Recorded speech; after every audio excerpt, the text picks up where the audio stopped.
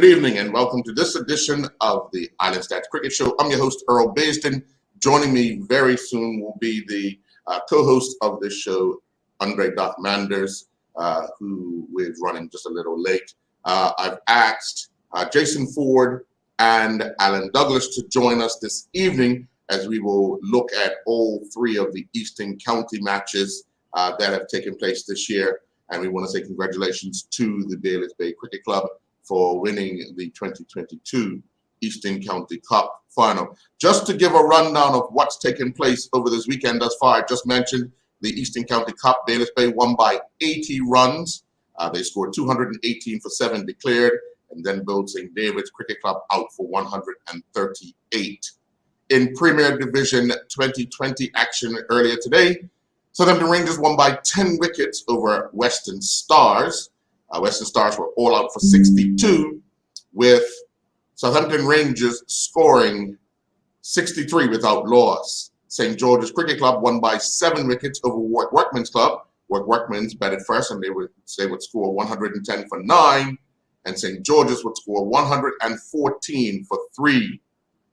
Currently up at the Somerset Cricket Club, the match between Somerset and Baylis Bay. Somerset scored 149 for 8 in their 20 overs, and Baylis Bay currently are 130 for 5 after 16.4 overs. Then we have in the first division, St. David's Cricket Club won by 3 wickets over Somerset Bridge. Somerset Bridge scored 76 for 5 in their 20 overs, and St. David scored 77 for 7. PHC won by 5 runs over Devonshire Recreation Club. PHC scored 104 for 4 in their 20 overs. Devonshire Recreation Club scored 99 for 7. And Willowcotts won by 9 wickets over Flats Victoria. Flats Victoria scored 99 for 6. And Willowcotts scored 105 for 1. I'm going to bring in Alan Douglas Jr.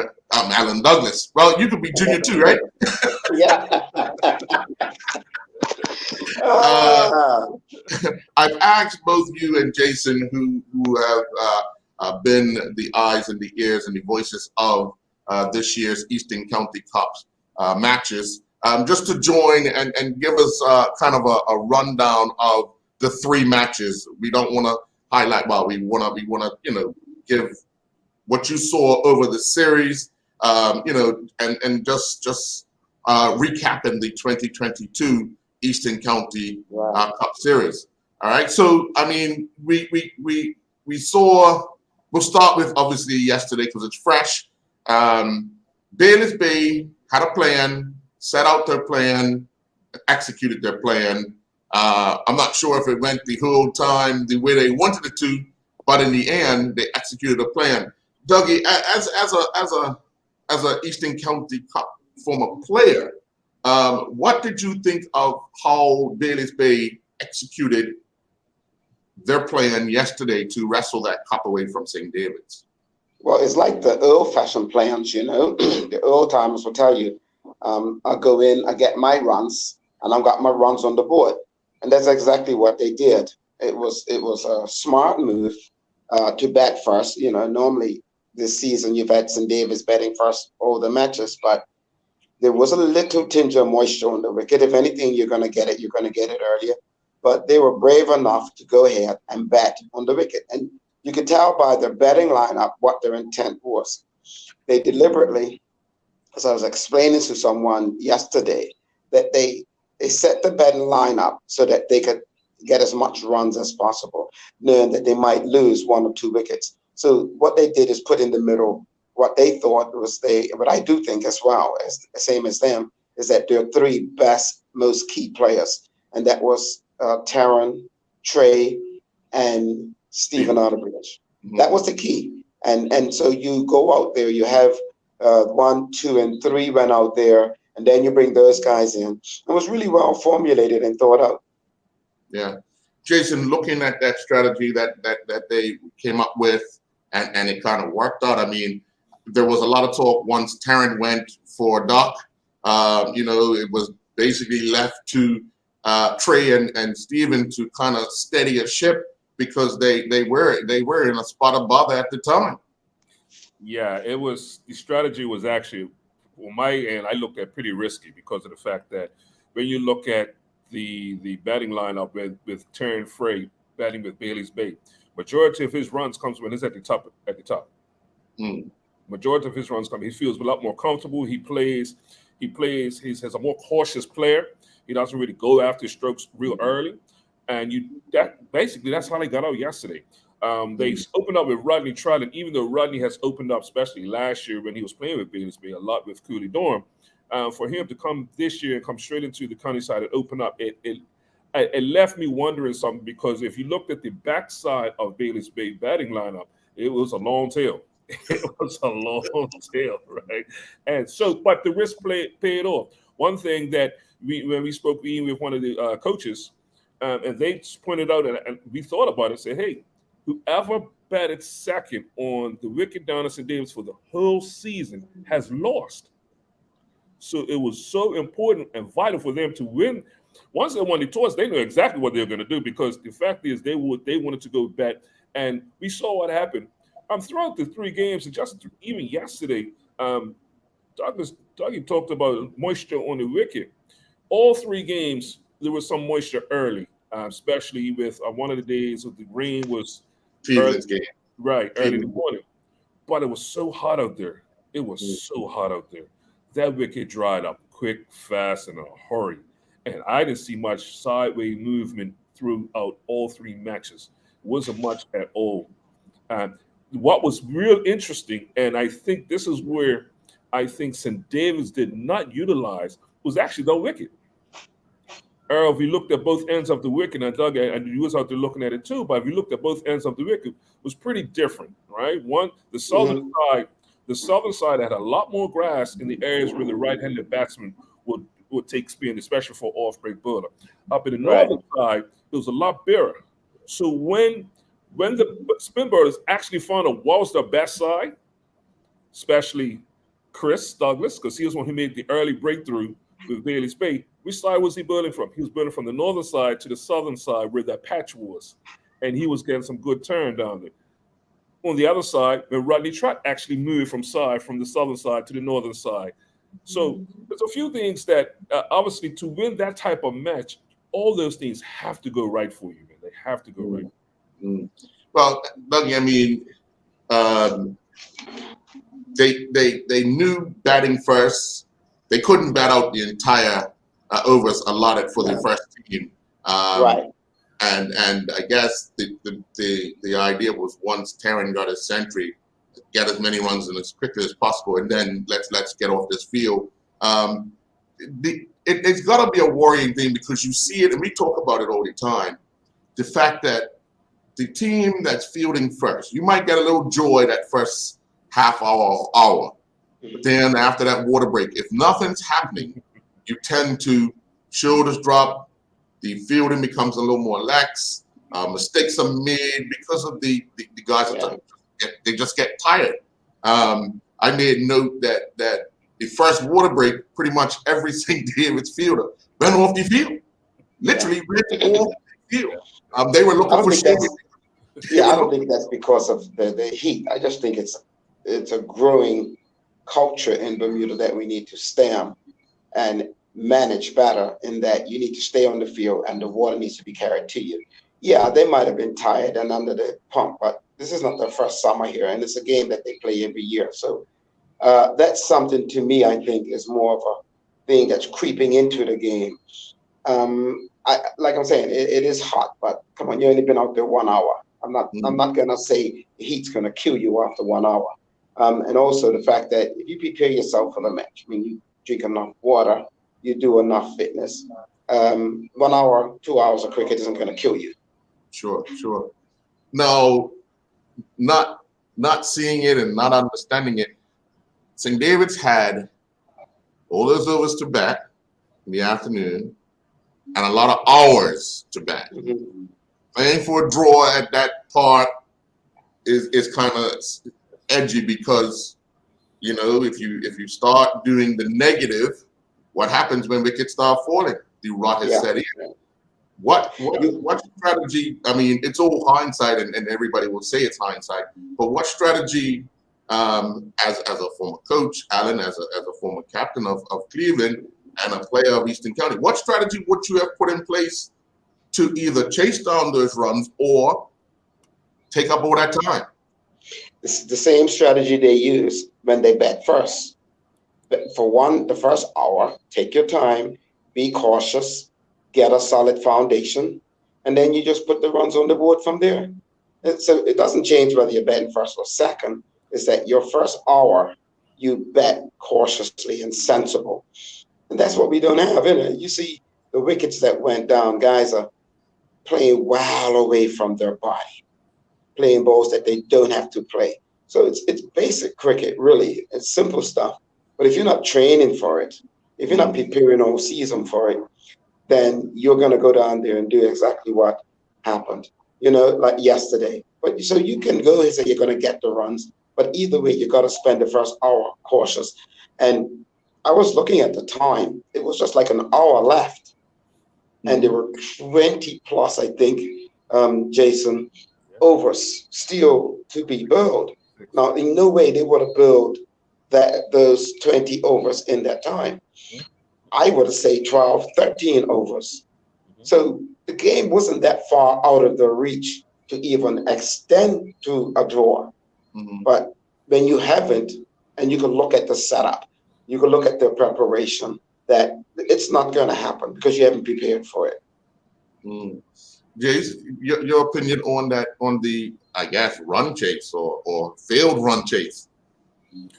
Well, Dougie pointed it out. The problem that we're having in Bermuda cricket, especially with the shorter version of the game over the last few years, is players learning how to bet for time.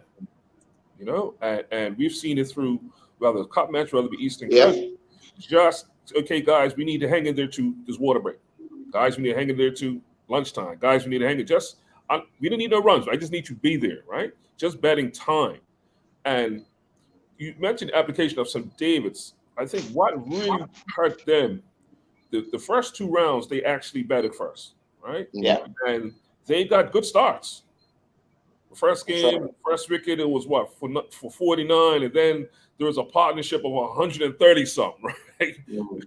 with the OJ century. So then the next game, they got another good partnership with the first three guys. So I think when you look at a betting lineup that St. David's has been a lot more powerful over the years, when you had those top three guys go pretty fast, they start looking around the changing room. Now we have to bet time, and we didn't have those players in the shade to bet time. Yeah. To expect Seth Campbell and George O'Brien to put on a magnificent innings that they did in the second round, to do it again in the third and final round, you're almost asking too much. There's a reason why these guys are betting 9 and 10, right? Right. They're not there for their bets, right? And they put on a 40-run partnership in the second round. So to expect that those veterans to bat out that time, I think that's where we have to get back, not on the field, but off the field and preseason, to get back to coaching time, betting time, betting time.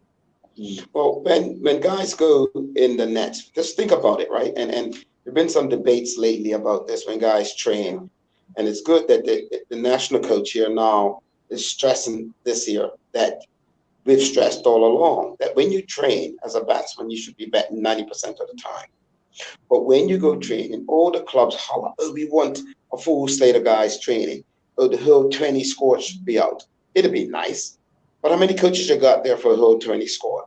Just one coach. How are you going to facilitate properly with the facilities we got and the equipment we have that they're exercised? So what you would encourage, that the batsman bet long in training. You can't bet for 8 minutes, 10 minutes in training and expect the guy to bet 100 minutes in a match. It's stupid. It's nonsense. But yet we train that type of solution, or that's what we train. So it's a lot of work we gotta do. It's a lot of work, and it's unfortunate that a lot of things have been taken back, going backwards, but a lot of things have come forward. Versus when you look at the simple things that was done yesterday with Bayless Bay. what they did and how they prepared yesterday is nothing different than what they've been doing all season.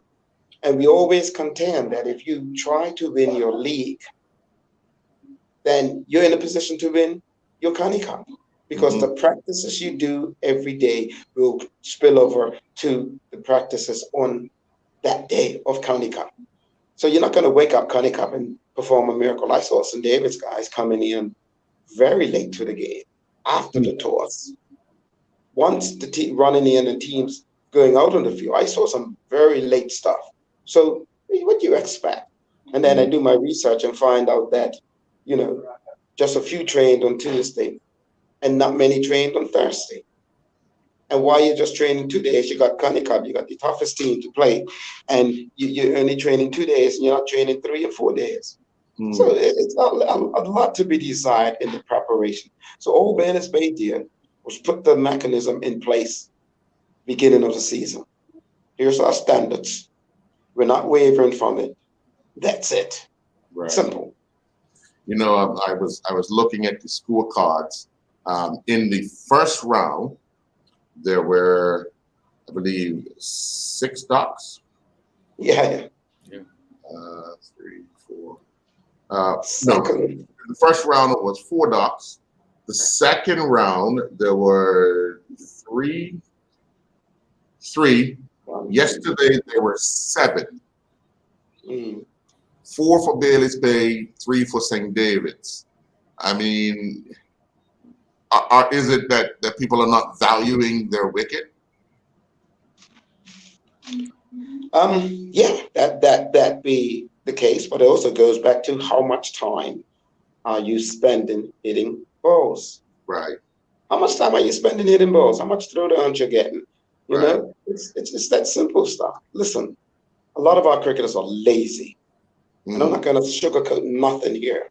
Lazy, right? Okay, fine. So if you're just playing to have fun with your mates, then that's okay. But the ones that are serious, put the time in with them, push their career forward if you can. But, you know, like you say, they don't value it, because what's the value? Listen, they don't even know about draws now. You watch cop matches. It's an L or a W. I said, what's that? Oh, it's a lose. Unfortunately, he's dropped out. We'll take a commercial break. When we come back, we'll be joined by my co-host, Andre Doc Manders, and we'll get, hopefully, Alan Douglas back. We'll be right back.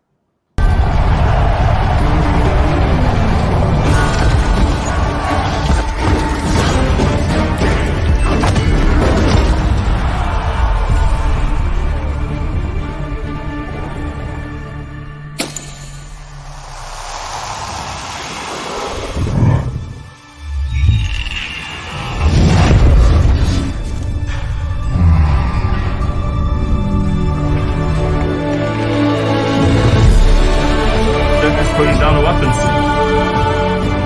You seeing this?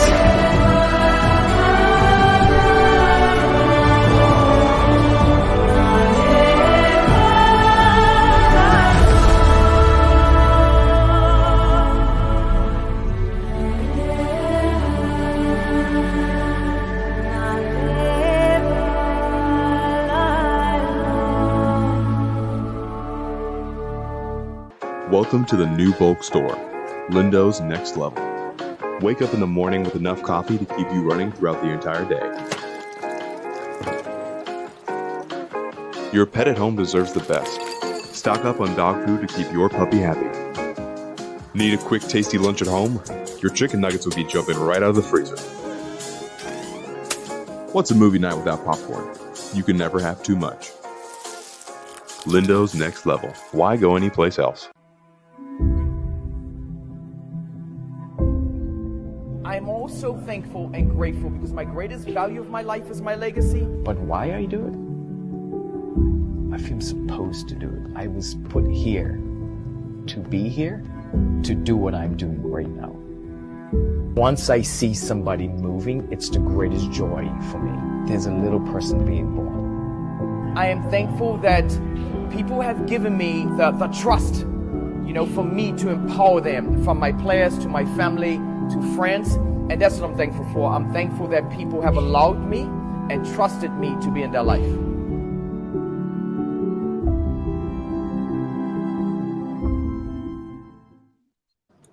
Welcome back. Welcome, Doc. Welcome. Yeah. Alan, you got cut off there. You were saying about the players and their approach to the game. Yeah, you were saying that valuing the wicket, and I said, yeah, they don't value the wicket, because what's of value to them today? Let's look at, what do we mean by value a wicket? We know valuing a wicket means not going out cheaply, hanging around, but that's not in the psyche today, unfortunately, by most of them. So you're right, they need to know what the value of the wicket is, because they might value the wicket. Let me give you a case in point. I've seen a guy get selected for a team recently, right? And he feels that he should be playing, but hasn't made runs all year. Goes to the big stage in County Cup and gets a Golden Glove. What's the value of his wicket? So the thing is that even the selectors and his friends value his wicket for something like 10 runs. That's the value they put on it, because you're going to the highest match you're going to play in Bermuda, and you got an average of less than 10. That's the value that he has. Whereas when Doc Manders goes to bat, right? And Doc shows up at Cup match, Doc's value is nothing less than 50. So that's the value today. So the value has dropped. Currency has dropped. That's what that is. So they don't know the value or the true value or what something is really worth. And that's why, and then to know that and to work it is a different thing. So working it, meaning getting out there and putting the time in, listen, learn the basics of forward and back. That's how you develop value. And that needs to be worked with. It's simple, Sure. Jay, over the 3 matches, who would you say applied themselves the most to value? And we're talking about value of their wicket. Who would you say? Obviously, St. David's had 3 times to bat. Flats once, Cleveland once, Bayless Bay once. But who would stood out as valuing their wicket over the 2022 Eastern County Series? Because there was multiple matches, I would say Chris Douglas. What I've seen with Chris Douglas, maturity over the last probably 3-4 years, his approach to the game has been almost a 180 degree turn because of value. You say value. He doesn't look to even score in the first hour. And it's actually this year, what has surprised me, it has rubbed off on the youngster, Dean Simons, right? Coming into this year, you know how aggressive he was. Right? But remember that first round, it took him 40 balls to make 9 runs. And he's been there for almost an hour and a half. You've never seen that from Dean. And then he got a patient 50 odd in the second round. We never seen that from Dean. But we know that came from somebody like OJ, somebody like Dundee, who's now learned how to be patient and value the wicket. Obviously, you can automatically get there from OJ. You know what you can get from OJ, right? The other person that stands out, and he stands out every year, no matter if they play 1 game, 2 games, or 3 games, is Deon Stubble. I believe he just, every ball, he's thinking what the bowler wants to do before the bowler knows what he wants to do. And he prepares himself for it. Because he goes out there and prepares himself, and whatever the state of the game is, what it needs, he's able to give it. If they need somebody to just hang around for a while, let me do this here. If it needs for me to get good going, let me go. Do I need to protect the other end, which I believe St. David's didn't do well yesterday, right? Because they know they got a long tail. They didn't protect the other end. They didn't protect the youngsters, right? Which they could have, but they didn't do it. And I think when you don't have those type of players that are, like we were saying, value, Doc, and I, before we bring you in, Doc, but Doc and Dougie, I'm pretty sure one of the things I would, you guys taught me real young in my days, as soon as you walk to the field, you pick up a piece of grass and you throw it up in the air and see where the wind is. Right? So why is that important for a batsman? Because if I do want to go hit, I know it's ready to go hit. Now, yesterday morning, it was dead. Earl, we can't cross the water. It was absolutely dead. Glass, Fred reached glass, hands and everything was glass. Around about 12:30, 1 o'clock, there was a good breeze coming off the water. But we saw no adjustments from the batsmen. No. They still thought it was no wind out there. By that time, the heads were going. Doc, I brought in Jason and Alan just to kind of sum up the Eastern County series for this year. Trey scoring his 3rd century and 3 times going to the wicket. He looked really, really comfortable. Gave an early chance. Looked a bit at odds. I think the occasion of the Eastern County got to him in the first couple of minutes. He was out there, but once he settled in, you could see that he really calmed himself down and just took on the challenge that was in front of him. Yeah, one thing about Trey, he always gets an early chance. So if you don't capitalize on that early chance, sometimes it's either 50 or 100. That's the meaning of a batsman. Like Alan said, valuing your wicket. Obviously when players first come in, they'll got the jitters. Once you could get over that, and it's after that it's pretty easy. That's what happened to him in cup match. Like he had the little jitters and he got 0, and he didn't get no runs. But since then he has been saying like he's gonna just hang around a little bit longer. Maybe the first 5-10 minutes just to see what the wicket's doing, see what the bowler's doing, and then after that, because if you remember his first 50 runs, it was slow. I mean, considering that they had lost a lot of wickets. Right. Yeah. So I think his main thing was there to build an innings. I think it was him and Stephen Olbridge that built that innings. Mm-hmm. And then once Stephen got out, and then Carl came in, I think his second 50 was a lot faster than his first one. But like I said, I'm seeing him make. I watched him back his last 200s, and he's been hitting the ball pretty clean. I knew once he got over 30 and 40, he sees the ball after like he says, like a watermelon. But I think early, if you don't get Trey early, then you're in a bit of trouble, especially now being informed like that. And that's true what Alan said, like value your wicket. Connie is a big thing to the Eastern County. It's like it's a family thing. So obviously players are gonna get the jitters. That's a big day, especially the last game. That's where everybody comes out. It's almost like cup match, man. It's like it was so much people down there yesterday. I don't know that one batsman didn't have the jitters, but that's cricket in it. Like you're gonna get one day you're gonna get runs and one day you're not. But once you're in, you need to capitalize on it. And turn those little 40s and 50s into 100s. Sure. And it's good what Jason was saying about Chris. I thought Chris was, I'm glad he got me in the series, because I don't know if you remember the first match against Flats, where he betted. I'm not seeing Chris bet so slow. Yeah. But in the end, he was almost like Trey. He ended up staying there. He was like 50-something balls at 10 runs or 20 runs. And then when you look, what he gets? 100. So, it's application. Stay valuing your wickets.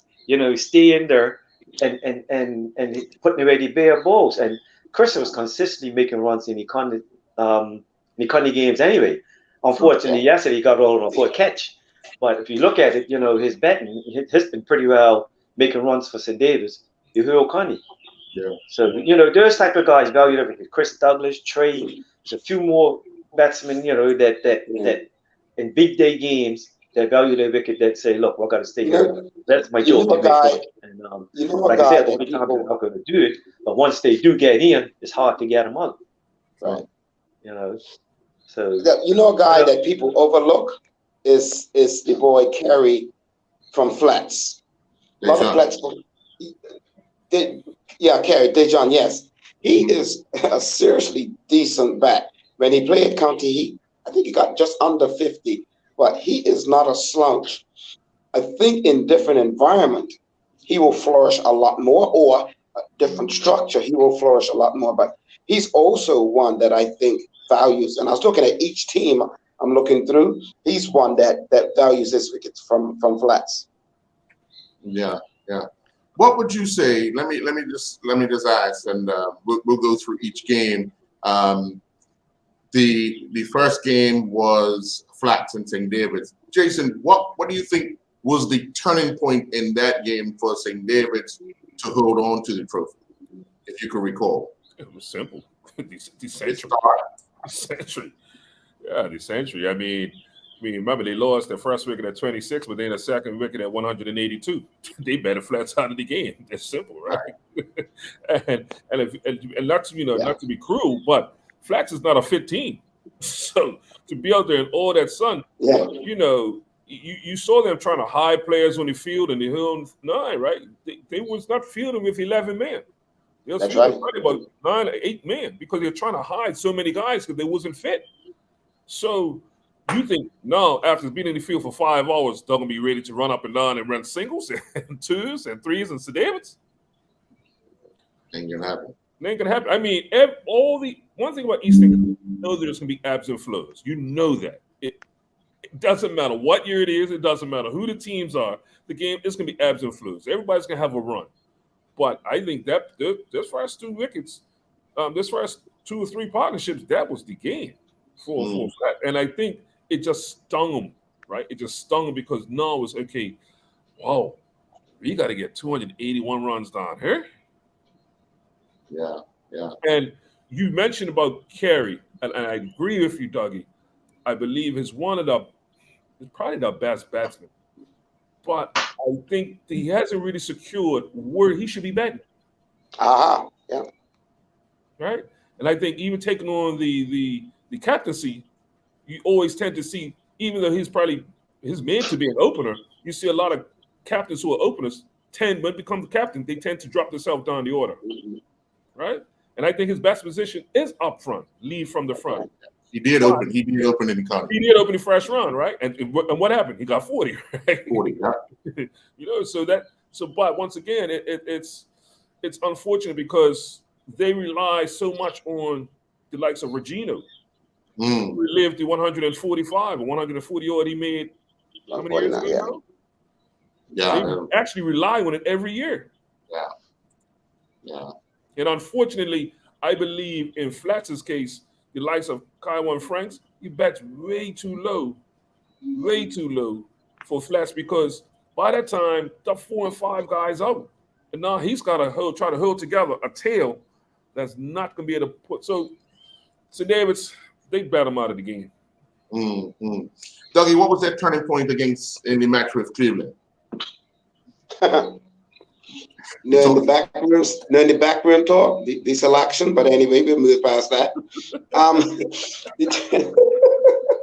No, that was though. It was seriously. I think first of all, you've got to select horses for courses, and let's call a spade a spade. There's a thing going around now that people call, and I just realized this, a bro team. It's picking friends and family. So I think the big thing was about session, pick the best team first. But beyond that, now let's say the team's on the field, right? Cleveland, it's losing too many early wickets. We can't afford to lose early wickets trying to secure a win. It's no way. And we knew that 180 runs, it was best to keep St. David's under. If Cleveland was standing a chance, you got to get them out under 180. Simple as that. 160 even, because anything beyond that, it's a lot of runs for Cleveland. So the minute St. David's went over 180, it was game, set, match. I don't care how anyone looks at it. Don't tell me, oh, the positive and that I'm talking negative. It's facts. We couldn't even score that many runs the week before against Warwick. Okay? So on a small field at Rangers. So let's be sensible about what we see this cricket is. When you decide to go, and I've often asked them, how many runs you guys think that you can chase down? Can't get your number. So anything over 160, 170, Cleveland's not going to get it. Right. Let me ask you, were you surprised that they opened with Kiyoshi, who has been batting number 10 and 11 all season? You want me to answer that there candidly? Well, let me add to that, Earl. Our surprise open with Clay, who had only batted 2 innings for the whole season and ain't done any runs. Bro, that was my next question. Like, I even asked Clay, I said, well, what you do? They wanted me to open. I'm like, why? What have you done to say that you're going to open? Man, oh man. Yeah. Jason, Jason, you answered it nicely and and professionally. Well done, Jason. You answered and Earl, you saying a guy betting late. Exactly. You guys hit the nail on the head. I don't have to answer that. We're gonna put people out there who don't open, can't open, and you expect to get runs. So we're giving 2 wickets away, Yeah. And that's thinking down the line instead of the bro stuff. We're thinking, let's think real cricket here. So yeah, that's a nightmare in itself. Sure. And Doc, watching yesterday's game, where do you think the turning point came? Well, I think when they had Bay 60 for 4, and Trey and Steven batted, I think once if they would have got one of those 2, then the game could have been a lot different. Being that they was probably the last 2 recognized batsmen. So and once those 2 settled in, they got that 70-run partnership. Right. So Davis hair started to drop. Like my thing was that Bill George continuously with 20 something over straight. I know George has had a good series in the Eastern Conference with Bill and keeping on the runs and stuff, but I don't know. But I think towards the end, I think Trey must have got kind of used to him because that last 70 runs between him and Kyle changed the game too. And I think a lot of those runs came off George towards the end. I think he hit like 3 or 4 sixes off George. So maybe that could have been the turning point too. But there's 2 partnerships. There's 2 70-run partnerships. I think took a lot out of St. David's. And then the declaration. You got to remember one thing about Bay is that bowling attack is a lot different from the other Eastern Conference teams. Being that they've been building a lot of the teams out. With Rodney Trott, another experienced spinner that came into the team too. So they've been, and the little boy Walker, I'm very impressed with him. I think there's early wickets there. Probably, when you got OJ, the little boy Simons, and Ricardo, there's 3 beat wickets too. So, but I think the turning point was those partnerships and St. David's using those early wickets. Sure. Yeah. Well, I want to thank Jason and Alan for recapping the 2022 Eastern County Cup. Well, I guess St. David's will be waiting for July of next year to try and get some revenge as they will face Bailey's Bay first at CBO. So, I mean, Bailey's Bay, like you said, Alan, they set a plan. They worked hard in the lead up to it, and they got the reward. Now it's time to defend it, and you have a whole year to set plans and get your additions and get the players' mindset. And as long as someone like Gus hangs around, I think he will keep the mental part of the game. It's the guys having to go out and execute it, and that's where I think a lot of teams fail when you could have the best player in the world, but it's from that pavilion to the wicket. Does that player lose? And think about this. Need to look at this. That relationship Gus has with Irvin goes way back to 2000, the World Cup. Yes, 2005. That's not by happen chance. That is very important. Where Irvin's the director of cricket there, and you got young Masters who is working feverishly on this coaching and helping out with video analysis. And also you got Neil as the backroom staff consulting. So that relationship between Gus and Irvin is phenomenal and been decades in the working. And they got the reward yesterday. So, we're going to take a commercial break. Thanks, guys. We'll be back. All right. The rest of today's matches. We'll be right back.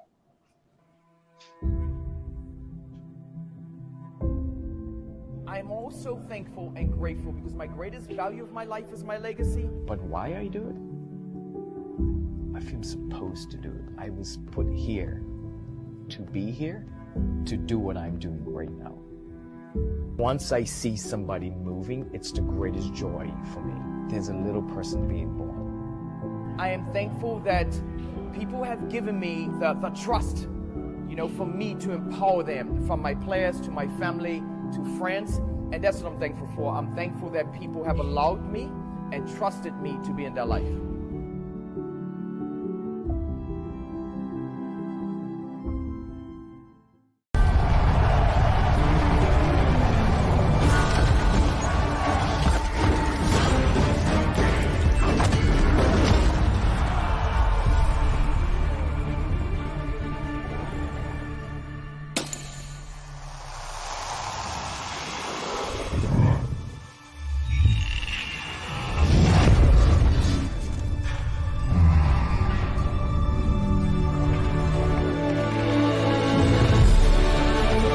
Putting down the weapons. You seeing this?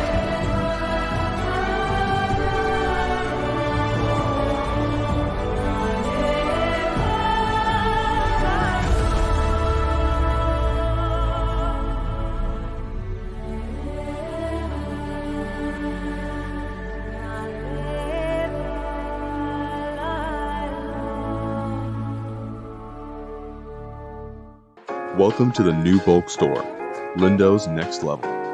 Wake up in the morning with enough coffee to keep you running throughout the entire day. Your pet at home deserves the best. Stock up on dog food to keep your puppy happy. Need a quick, tasty lunch at home? Your chicken nuggets will be jumping right out of the freezer. What's a movie night without popcorn? You can never have too much.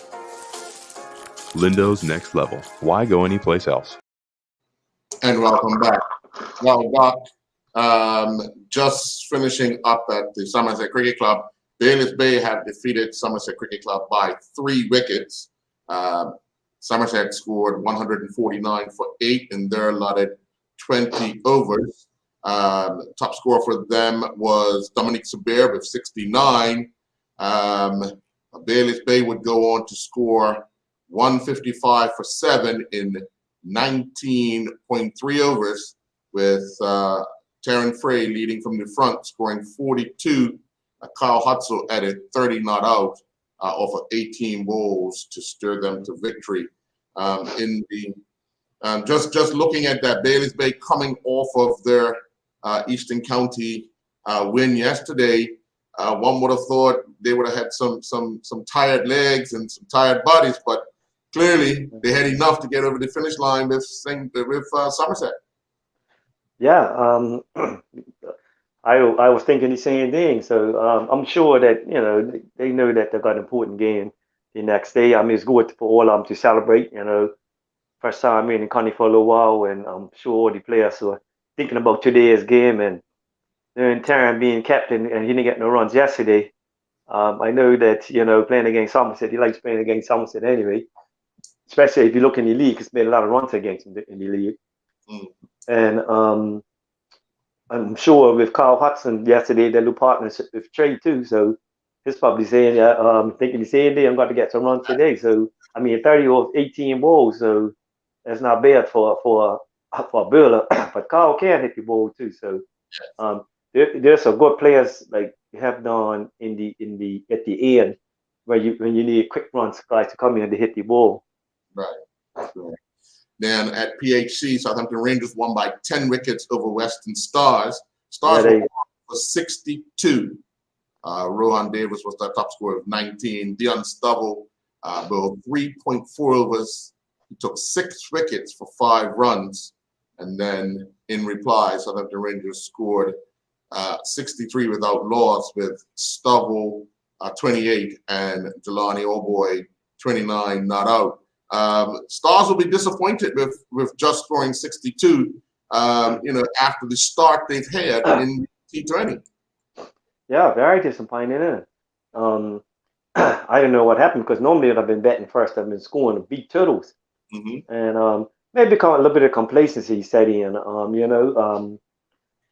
Like sometimes you score those big totals, and then when you play against teams that like you look at Rangers are not no pushovers, even though they're not got some of the better players, not been playing, or for which, but now they got much of those guys are back, like Charles Trott, coming back from the score, Dion Gennaro, the little boy Mills is still there, so they've got a fairly good team. So, but so it's probably back to the drawing board for Stars.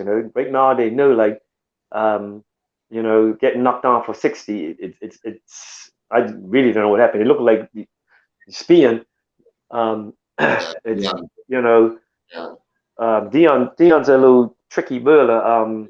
He's not a really big turnover the ball, but he just puts it in the right area. So that's something Stars need to bet, because you're going to become more spinners with the top team. So I mean, that's the first game they lost. I'm sure they will go back to the drawing board and look at what went wrong and try to rectify the problem. But 62, yeah, is definitely not a tool that they was. And I see. I don't know who won the toss, but they better first thinking that they get another nice total. But Rangers won the toss. No, Stars won the toss. Stars won the toss. And I think, and that's the game plan, to win the toss and try to put a big total on the board. But sometimes that always don't happen. Right. And they've got to remember, if the first 3 or 4 batsmen don't get runs, the middle orders needs to start. Like 20 overs, like anything of 150 or 140 to 50 gives you a chance. So, right. I think 60 subs not enough. Nowhere enough runs against any of the Premier League teams. There's not enough runs. So I'm sure they would try to work on that and make sure that doesn't happen again, because they've got some hard games coming up now. Definitely. Then the final Premier Division game, St. George's won by 7 wickets over Warwick Workmen's. Warwick Workmen's were sent to bat. They scored 110 for 9 in their 20 overs. Kyle Swan was the top scorer with 31. Alan Douglas bowled 4 overs, 3 for 18. And then St. George's scored 114 for 3. Douglas was the top scorer with 41. Luke Horan took 1 for 4 from 1 over. Warwick now 2 losses on the trot after starting with a win over Somerset. Yeah. Well, I don't know if Malachi played today. Malachi is a player, that they depend on a lot. He scored the bulk of the runs last week, innit? Over the 100, and he got 100 something, 160, I think, 115 or 20 of the runs. So I think it's, somebody else is going to have to start, assisting with him with the bowling and batting. Right. He can't do it all alone. So, like I said, it's still quite a way to go. It's only 3 games, and like you said, they picked up 1 win, but like I said, it's going to be some harder games coming up for Stars and Warwick, and Cleveland, because the Cleveland's up there too. Yeah. So yeah, those are the 3 teams that came up. So mind you, on any day, anything can happen in 2020. Right. Just like what Warwick almost done to Rangers. And but I'm sure Rangers not gonna let that happen again. I think last week that innings what they Melly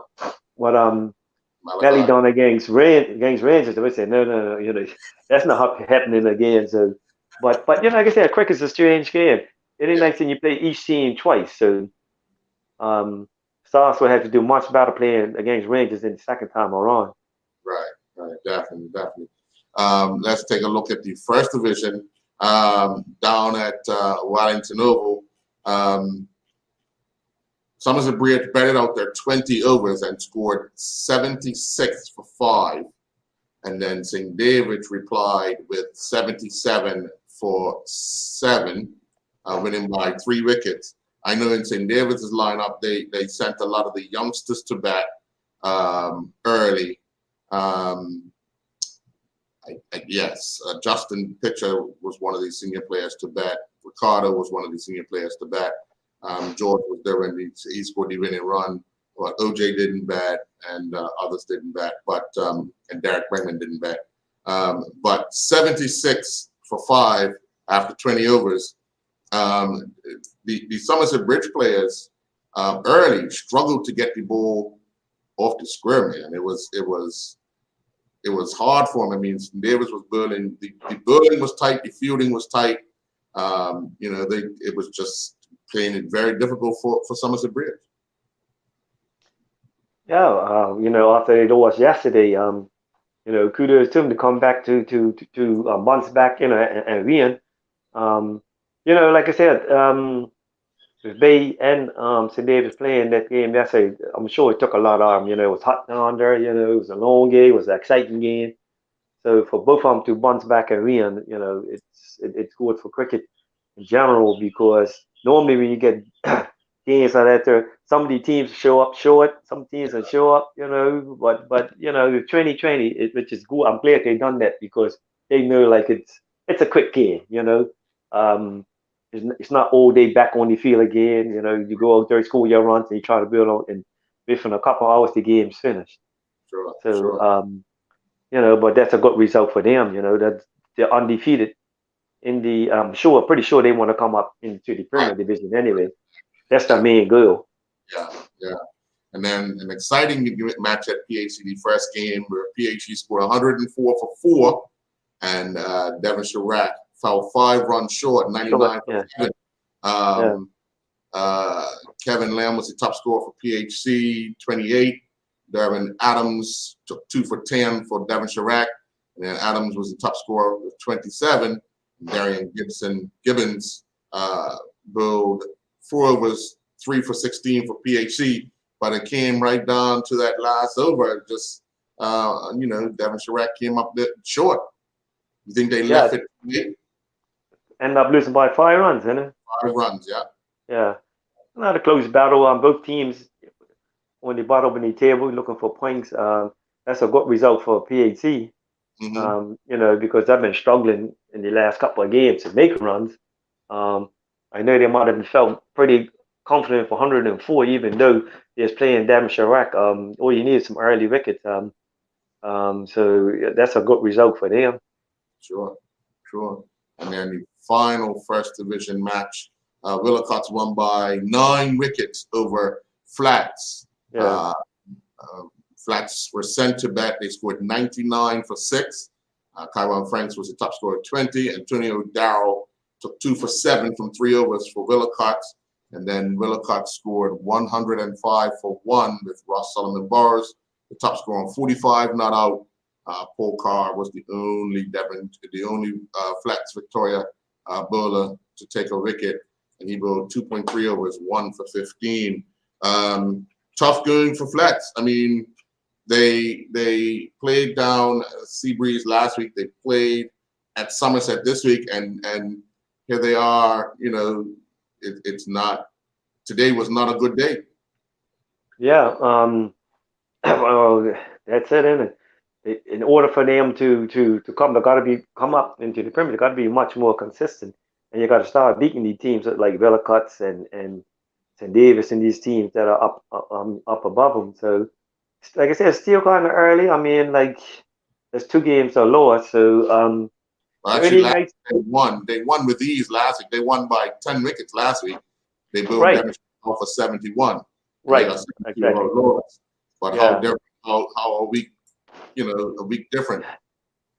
And like I said, that's cricket. But like I said, the only nice thing about it that they have to play these teams a second time. So they have to bounce back and put up much better fight against these teams if they want to go up. Sure. Because if you think about it, some of these teams are going to lose some players towards the end of this 2020 tournament, because some of the players will be going back to school. So some teams are going to be struggling for availability for players. So it's probably good to get your points early. Yeah, definitely. Yeah. Well, we're going to take another commercial break, but when we come back, we'll look at the player of the week from last week and then discuss who the player of the week this week will be. We'll be right back. Welcome to the new bulk store, Lindo's Next Level. Wake up in the morning with enough coffee to keep you running throughout the entire day. Your pet at home deserves the best. Stock up on dog food to keep your puppy happy. Need a quick, tasty lunch at home? Your chicken nuggets will be jumping right out of the freezer.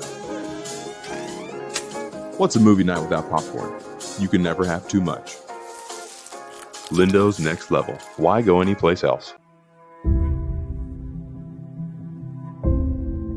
I'm also thankful and grateful because my greatest value of my life is my legacy. But why I do it? I feel supposed to do it. I was put here to be here, to do what I'm doing right now.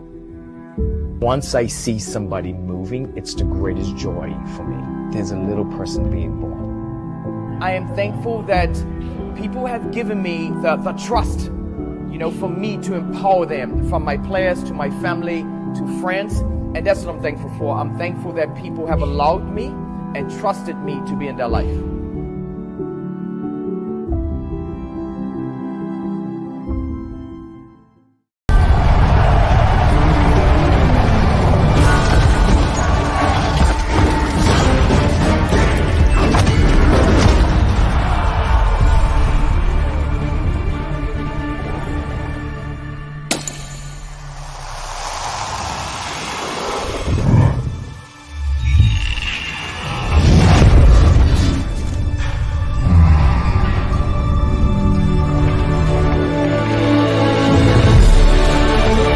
Putting down the weapons. You seeing this?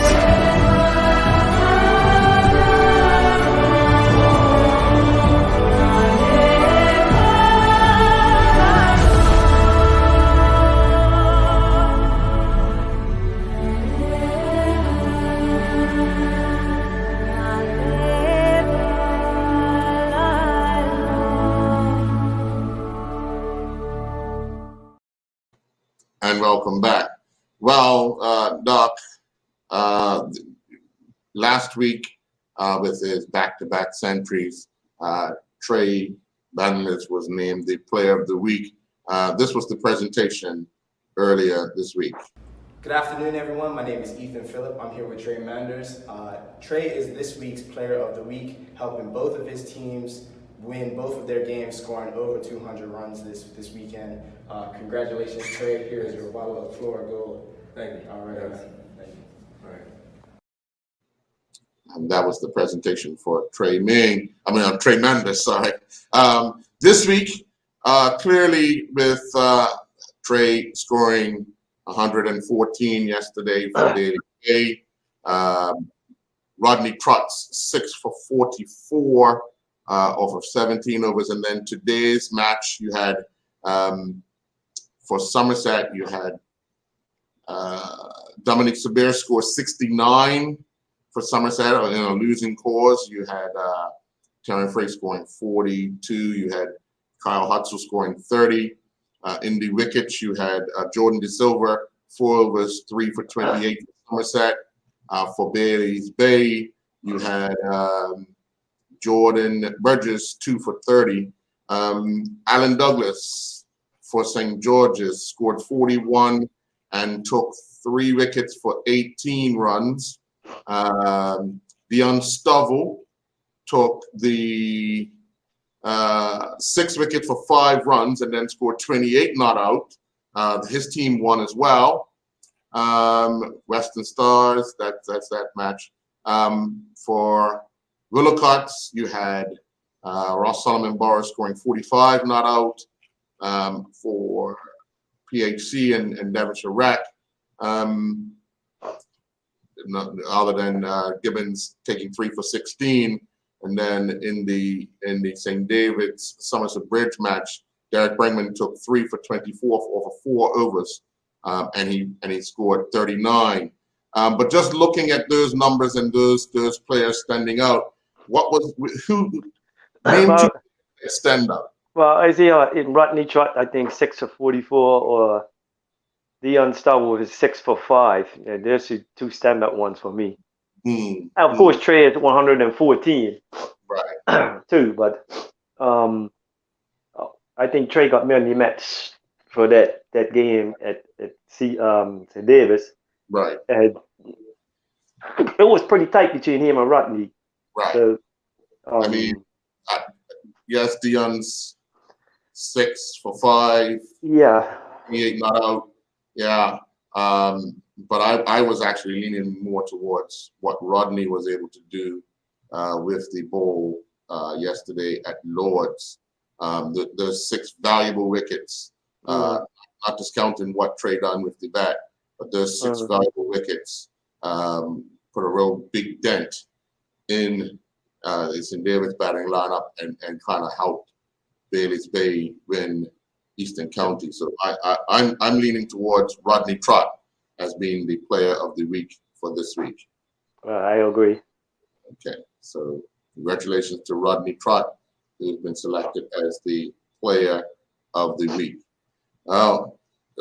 As you've already indicated, Doc, players might be, having to depart and go back to school. Some teams will be short. Will I see you in some Western Stars gear if pulled upon? No, they have enough players. That's one thing, Earl. They have enough players. That's for sure. Yeah, seriously, but they got a squad of at least, and I think they're only missing two of my nephews. One goes back tomorrow, and I think Jaden goes back in September, so he might just miss 1 or 2 games. But they got a fairly good team. They got some young players that they have, they got some seasoned players, so no, they should be all right. Okay, all right. Yeah. All right. So, well, we'll be back next week Sunday with another edition of the Island Stats Cricket Show, beginning at 7 p.m. Doc, thank you very much, and thank you to Jason Ford and Alan Douglas for joining me earlier to run down the 2022 Eastern County Cup competition, and we look forward to that next year as St. David's a first up against Bailey's Bay. So with that, we say good night. Thanks, Doc. Cheers.